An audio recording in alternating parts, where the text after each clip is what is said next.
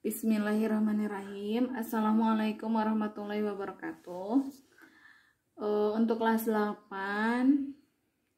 pelajaran IPA hari ini, Ibu akan mengisi dengan menjelaskan pembahasan soal yang udah Ibu berikan pada pertemuan sebelumnya. Ini sebelumnya informasi ya, jadi Ibu tuh sebenarnya udah ngerekam jawab pembahasan soal pertemuan pertama. Ternyata Ibu salah klik, malah kehapus gitu ya di HP. Jadi ini sudah Ibu tulis, jadi Ibu hanya menjelaskan ulang. Sebenarnya Ibu tadinya ingin menuliskan dari awal sambil menjelaskan gitu ya. Nah ini Ibu bahas soal nomor pertama dulu. Jadi kalian itu ketika ketika kalian menonton video pembahasan soal, kalian harus sambil membuka buku, karena di pertemuan pertama dan kedua Ibu sudah meminta kalian untuk menuliskan soalnya di buku catatan, sehingga bisa sekalian dibahas sambil lihat buku catatannya, sekalian Ibu bahas di sini. Nah, di soal yang pertama itu Ibu ceritakan bahwa Tono itu sedang bergerak menggunakan sepeda motor ya. Nah, Tono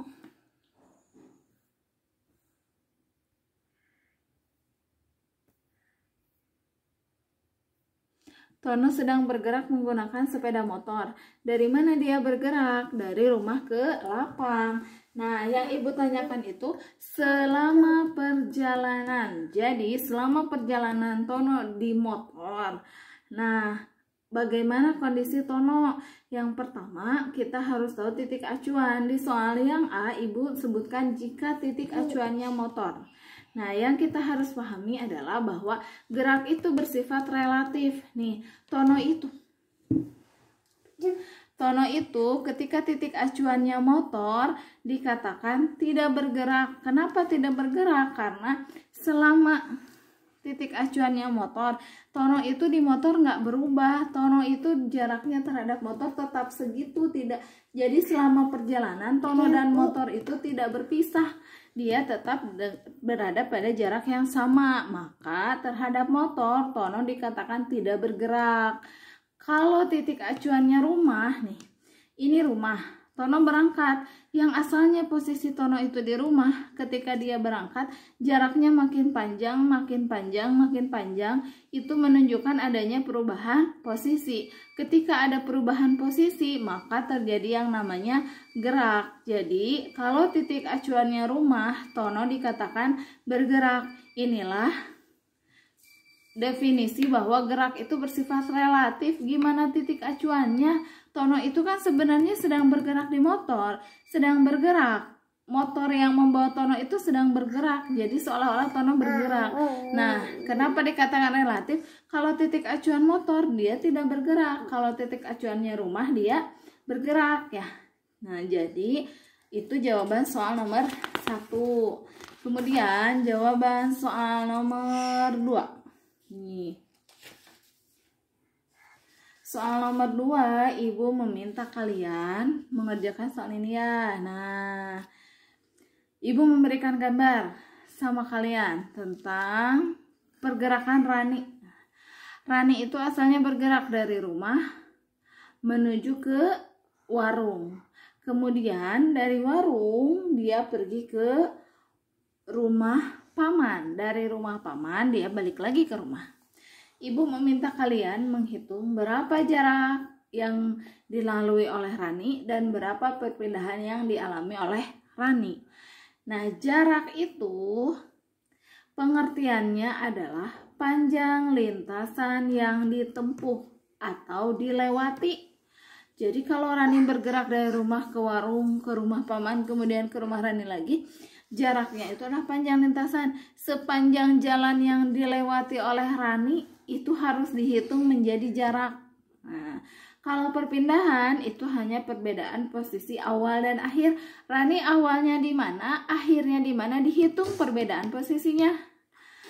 Nah, jadi untuk kasus perjalanan Rani ini, jaraknya adalah, kan Rani asalnya dari rumah sampai ke warung ya.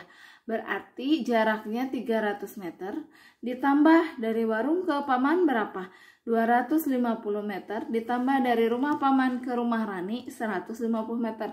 300 ditambah 250 ditambah 150 jadi 700 meter. Ini jarak. Jadi semua jarak yang dilewati oleh Rani itu adalah 700 meter. Nah, kalau perpindahannya berapa? Perpindahan itu posisi awalnya Rani di rumah. Kemudian posisi akhirnya di rumah juga. Rani berpindah tempat tidak? Ada perubahan posisi tidak? Tidak, berarti perpindahan Rani itu adalah 0. Ya. Nah, itu soal nomor 2. Kemudian soal nomor 3. Baca bareng-bareng ya, soal nomor 3 ya.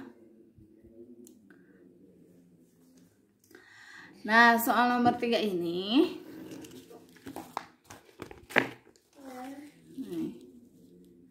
yang diketahui adalah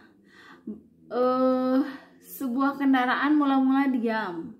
Kalau diam itu berarti dia tidak punya kecepatan. Kalau tidak punya kecepatan ditulisnya 0. Nilainya 0 karena tidak punya kecepatan. Nah, kemudian kemudian kendaraan itu digas ya.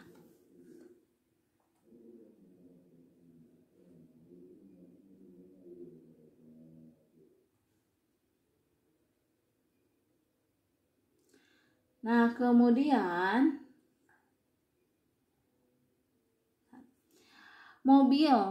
mobil itu bergerak. Setelah bergerak 30 sekon, 30 sekon itu waktu, kita tulis lambangnya T. Setelah bergerak 30 sekon, kecepatannya menjadi 72 km per jam. Biar mudah, karena di sini waktunya sekon, kita rubah dulu kilometer per jamnya ke meter per sekon. Nah, di sini kilometer ke meter, gimana caranya ngerubahnya? Dikali 1000, 72 dikali 1000.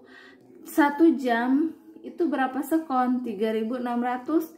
Jadi 72.000 dibagi 3.600. Ini nolnya coret. Kemudian 72-nya dibagi 36, kita akan dapat angka 20 meter per sekon. Nah, ditanyakan apa percepatan? Perubahan kecepatannya gimana? Perubahan kecepatan itu adalah perubahan kecepatan dibagi selang waktu selama kecepatan itu berubah. Kecepatan akhirnya berapa? 20. Dikurangi kecepatan awalnya 0, kemudian dibagi waktunya 30 sekon. Percepat. Nah, di sini A itu adalah percepatan. Vt itu kecepatan akhir, V0 kecepatan awal, dan T itu adalah selang waktu. Kita masukkan angkanya. Vt 20, T-nya 30, V0-nya 0. 20 dikurangi 0, 20 dibagi 30, kita coret saja angka 0-nya. Jadi kita akan dapat percepatannya itu adalah 2/3 meter per sekon. Ini ya yang bisa ibu bahas dari soal di pertemuan pertama. Silahkan sama kalian difahami. Kalau misalkan ada yang mau ditanyakan, silahkan ditanyakan di grup WA. Terima kasih. Assalamualaikum warahmatullahi wabarakatuh.